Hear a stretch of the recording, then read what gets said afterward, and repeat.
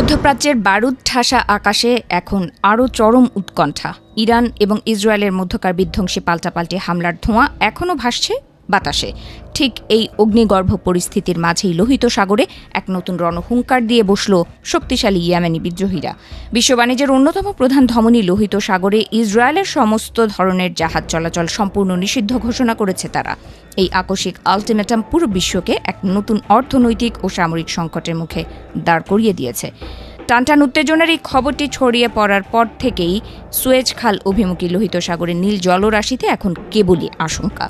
ইয়েমেনের রাজধানী সানা থেকে সশস্ত্র কর্মকর্তারা যখন টহল দিচ্ছিলেন, ঠিক তখনই সামরিক মুখপাত্র ব্রিগেডিয়ার জেনারেল ইয়াহিয়া সারি এক ভিডিও বার্তায় কাঁপিয়ে দিয়েছেন বিশ্বমঞ্চ। তিনি অত্যন্ত কঠোর ভাষায় জানিয়েছেন তারা লোহিত সাগরে শত্রুভাবাপন্ন ইসরায়েলি নৌযানের গতিবিধি আর এক বিন্দুও সহ্য করবেন না। বিদ্রোহীদের পক্ষ থেকে আসা এই ঘোষণা কোনো সাধারণ হুমকি নয়, বরং এটি সরাসরি যুদ্ধের এক নতুন ফ্রন্ট খুলে দেওয়ার শামিল। ইয়াহিয়া সারি হুঁশিয়ারি উচ্চারণ করে বলেছেন, ইসরায়েলের কোনো জাহাজ যদি এই নিষিদ্ধ জলসীমায় পা রাখার দুঃসাহস দেখায়, তবে চোখের পলকে সেটিকে বৈধ সামরিক লক্ষ্যবস্তু হিসেবে গুড়িয়ে দেওয়া হবে। তাদের সাফ কথা, উত্তেজনা বৃদ্ধির জবাব তারা উত্তেজনা বাড়িয়েই দেবেন এবং এই মুহূর্ত থেকেই এই নিষেধাজ্ঞা কার্যকর করা হলো। গাজায় ইসরায়েলি আগ্রাসন শুরুর পর থেকেই ইয়েমেনি লোহিত সাগরে বাণিজ্য তরিতে ড্রোন ও ক্ষেপণাস্ত্র হামলা চালিয়ে আসছিল, কিন্তু এবারের নিষেধাজ্ঞা যেন আগের সব কিছুকে ছাড়িয়ে গেছে।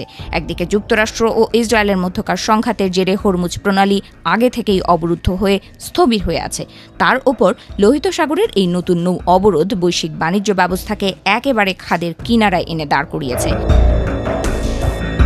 বাব-এল মানদেব প্রণালী এবং সুয়েজ খাল দিয়ে প্রতিদিন কোটি কোটি ডলারের জ্বালানি তেল ও নিত্য প্রয়োজনীয় পণ্য পরিবহন করা হয়। এই জলপথ পুরোপুরি বন্ধ হয়ে গেলে বিশ্বব্যাপী পণ্য সরবরাহ শৃঙ্খল ভেঙে পড়বে, যার ধাক্কা লাগবে প্রতিটি সাধারণ মানুষের পকেটে। বিশেষজ্ঞরা আশঙ্কা করছেন, হুথিদের এই অনড় অবস্থানের কারণে আন্তর্জাতিক বাজারে পণ্যের দাম আকাশচুম্বী হতে আর বেশি সময়ও লাগবে না। কেবল মুখের কথাতেই সীমাবদ্ধ নেই ইয়েমেনের এই বিদ্রোহী গোষ্ঠী। এই নিষেধাজ্ঞার ঠিক পরপরই তারা ইসরায়েলের বুক কাঁপিয়ে উপকূলীয় শহর জাফায় একের পর এক বিধ্বংসী ক্ষেপণাস্ত্র হামলা চালিয়েছে। ইরান, ফিলিস্তিন, লেবানন, ইরাক এবং খোদ ইয়েমেনে ইসরায়েলের চালানো হামলার প্রতিশোধ হিসেবেই এই ক্ষেপণাস্ত্র বৃষ্টি চালানো হয়েছে বলে দাবি করেছে হুথিরা। সমগ্র মধ্যপ্রাচ্য এখন যেন এক বিশাল অগ্নিকুণ্ড, যা যে কোনো মুহূর্তে পুরো বিশ্বকে গ্রাস করতে পারে।